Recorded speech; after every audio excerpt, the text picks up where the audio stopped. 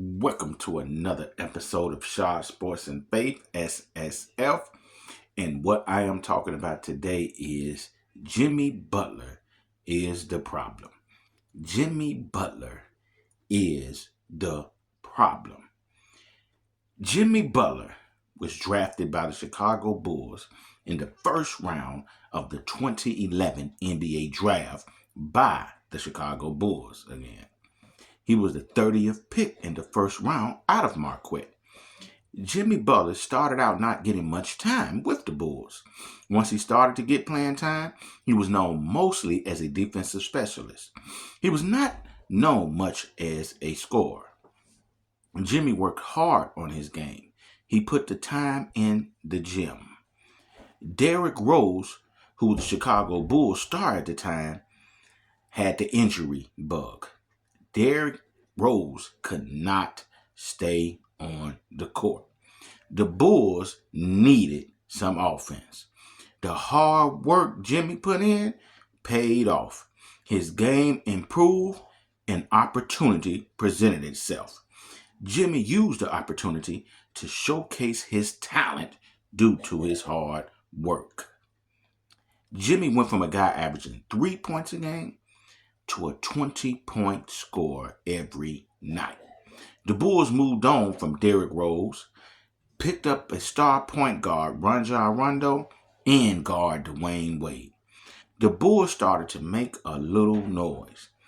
Jimmy began to question Fred Hoiberg, who was the coach at the time. He did not like his coaching style. Later on, Jimmy started criticizing other players on the team. The Bulls fined Jimmy and held him out of the starting lineup for a few games. Rajon Rondo and Jimmy Butler were often at odds with each other. Wade, Rondo, and Jimmy Butler were all alpha males and all wanted to lead the team. None of them wanted to follow anyone.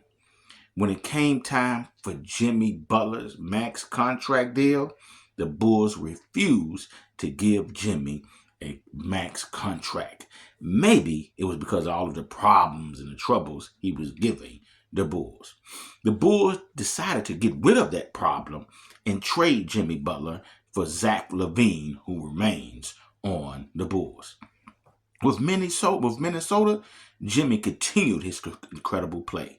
He continued to score 20-plus points a game. He also got around 5 rebounds and dished out about 3 or 4 assists. He also continued to play really good defense. Jimmy also continued to be a problem. He brought his bad attitude along with him as well. During a practice with the Timberwolves, Jimmy Butler had a loud outburst with other teammates. In a scrimmage game, Butler played with third stringers as they competed against the starters. He led the third stringers to a victory. He began to curse out Towns, calling them all type of name bees, all type of names allegedly. He then yelled at the GM, "You effing need me." Butler didn't like the forward center Towns and a few other of his teammates. He felt like they lacked heart and professionalism. Jimmy was unhappy with his contract and refused to sign the extension that the Minnesota Timberwolves offered him.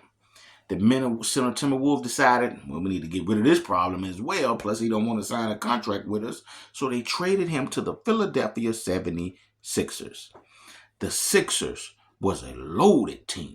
They had star center Joel Embiid, looked like what was coming to be point forward, Ben Simmons, the 6'11", again, point forward. They also picked up Tobias Harris in the trade, and they had Jimmy Butler. They also had sharpshooter J.J. Redick. The Sixers were a stacked team. It looked like they had a chance to represent the East in the finals.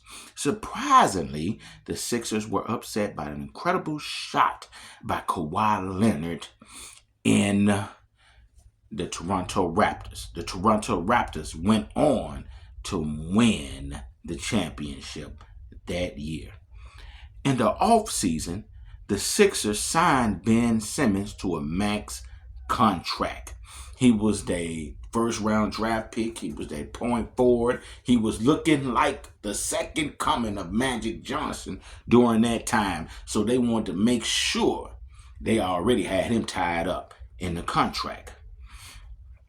Jimmy, who was a problem with the Bulls, who was a problem with the Minnesota Timberwolves, and was becoming a problem with the 76ers, which he started. He didn't really like the coach at the time. He didn't really like his coaching style. He didn't like the leadership of the team. It seemed like they didn't know what they was going. And he was looking for a contract. And the 76ers was thinking like, should we sign Jimmy, who was a problem, or we should sign Tobias Harris?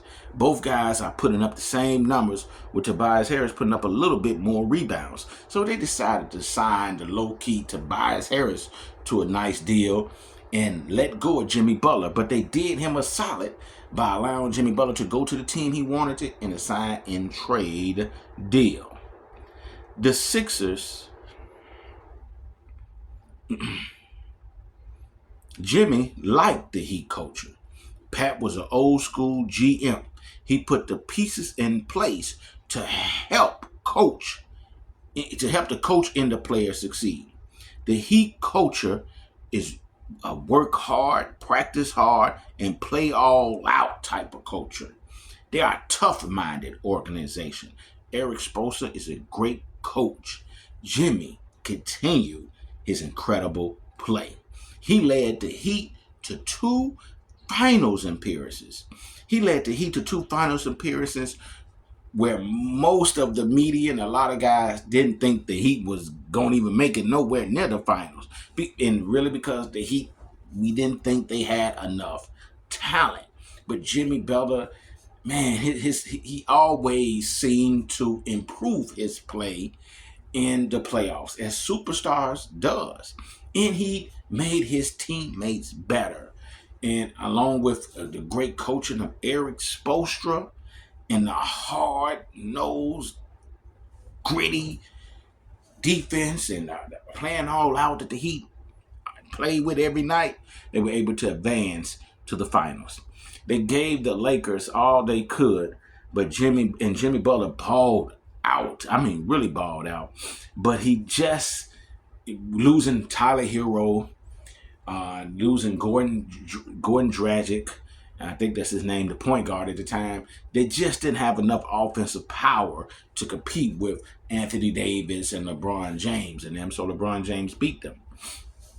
He was able again to lead his team past Boston, balling out of control, past Milwaukee, pulling up outstanding numbers, looking like Jimmy Jordan for real. And he was able to lead his team to the playoffs against Denver Nuggets. But the Denver Nuggets was just too much. You had the best player in the game, and still is the best player in the game, in Nikola Jokic. You had also Jamal Murray playing out of his mind. You had Michael Porter Jr. and Aaron Gordon. That was just too much for the Heat, and the Heat just lost in 4 games. Jimmy Butler was hurt in last year's playoffs, and this year he hadn't put up the numbers that we thought. He's only giving you like 17 a game, 6 rebounds, 5 assists, shooting 55% from the field. But Lord, with Jimmy Butler, he's always going to be Jimmy Butler. He's bringing his problems out again. For one, Jimmy Butler wanted a max contract. He's 35 years old. He probably knows this is his last chance to get a max contract.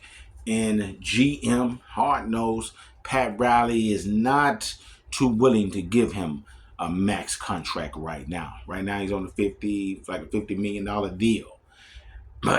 And also coming into the season, the Miami Heat decided to really just mold the offense around Bam Adebayo and Tyler Hero and let Jimmy just fit in with them.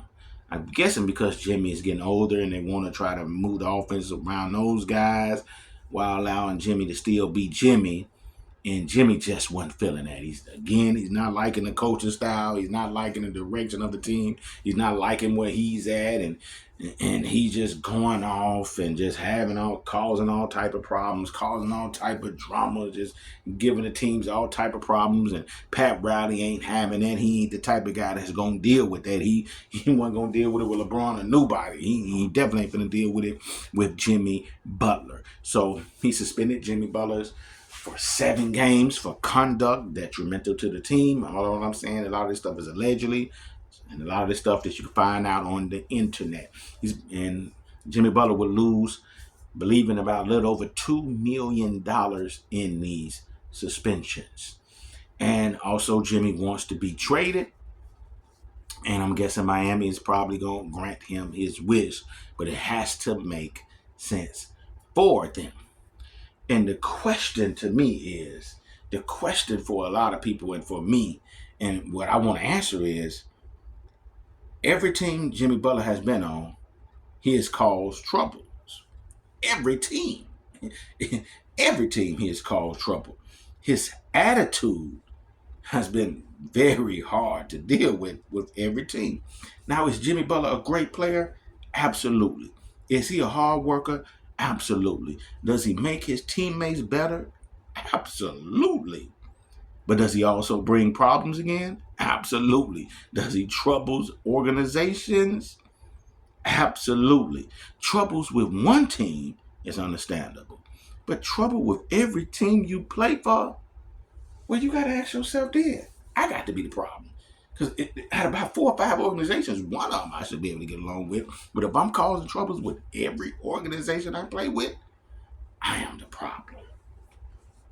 So with that, I come to the conclusion that Jimmy Butler is the problem.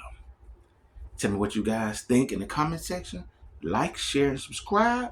And I hope you all have a blessed and prosperous day. Peace and love.